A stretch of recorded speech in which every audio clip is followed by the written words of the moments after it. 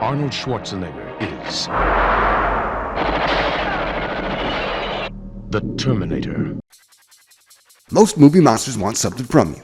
Your fear, your attention, your sympathy. Terminator don't care about none of that. It ain't angry, it ain't sad, it ain't even cruel. It's forward motion. Before the Terminator, American horror already understood the idea of the unstoppable killer.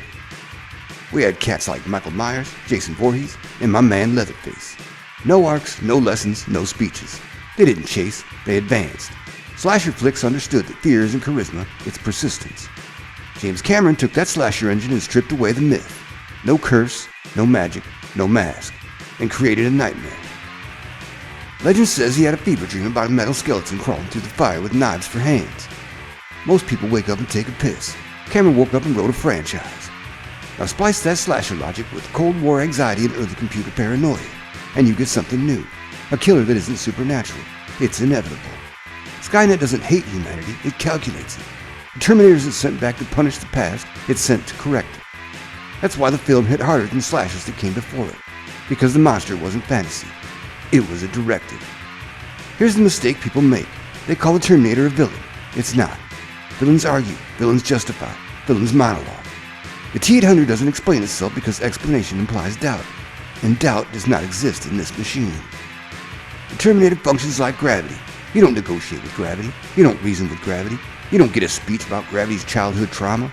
You fall. That's the horror. Relentless forward motion. No jokes, no pauses, no dramatic punctuation. The violence doesn't escalate, it accumulates. Each step forward is inevitable. Each door smashed is math. The Terminator doesn't speak because it has nothing to say. Dialogue is for characters. The Terminator is a function. When it uses language, it's interface. Short phrases, flat tone, no emotion. Human speech reduced to utility. Every word it does say removes your leverage.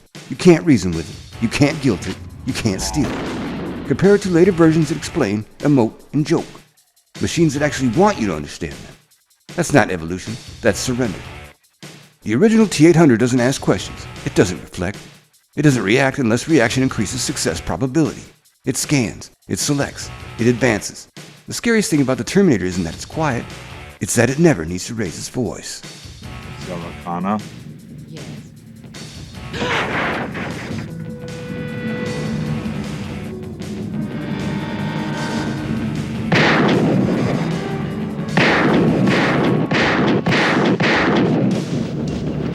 Here's what makes the movie brilliant. He walks. That's it. That's the magic trick. He doesn't sprint like a Marvel villain with a mocap suit budget. He walks. Through tech noir, through a police station, through gunfire. And the camera doesn't cut frantically to fake momentum. Because speed implies urgency. Urgency implies uncertainty. And the Terminator is never uncertain. When cars flip, he steps out. When walls explode, he recalculates. When flesh burns off, the skeleton continues.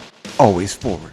The horror isn't that he's fast, it's that he never stops. Space becomes a countdown, and countdowns don't negotiate.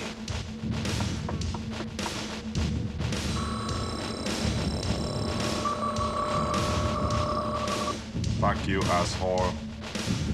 Most action films treat violence like punctuation. A gunshot is an exclamation point. An explosion is applause. In the Terminator, violence is math. If you stand in front of it, you break. If you shoot it, you buy seconds. If you blow it up, you delay the answer. Watch the police station massacre. No choreography for spectacle, only systematic reduction. Desk smashed, officer crushed, next target. The movie doesn't glamorize the hits. It records them, and the machine never celebrates. No victory pose, no clever line, just continuation. Even when it loses skin, eyes, humanity, it becomes more honest. Strip away the disguise, what's left? Metal persistence. If the Terminator is still moving, the outcome is already decided. Shut up! You still don't get it, do you? He'll find her. That's what he does. That's all he does. You can't stop him. He'll wait for you, reach down her throat, and pull her fucking heart out. In case you're not in the know, here's what goes down in the Terminator.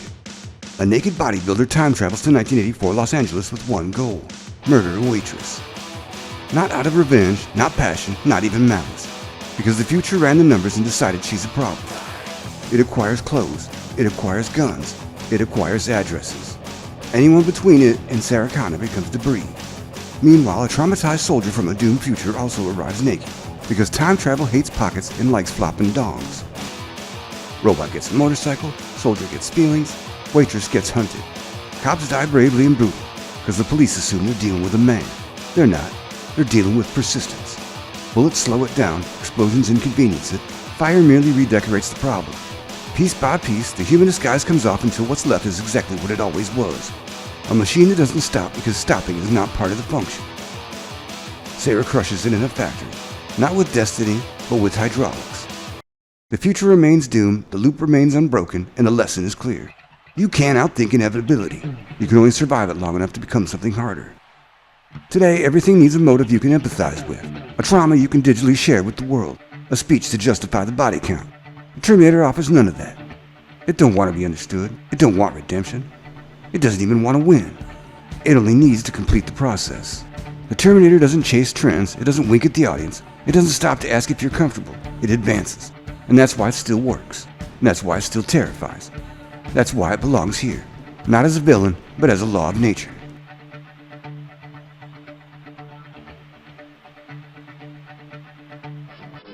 Hey man, if you down, like and subscribe.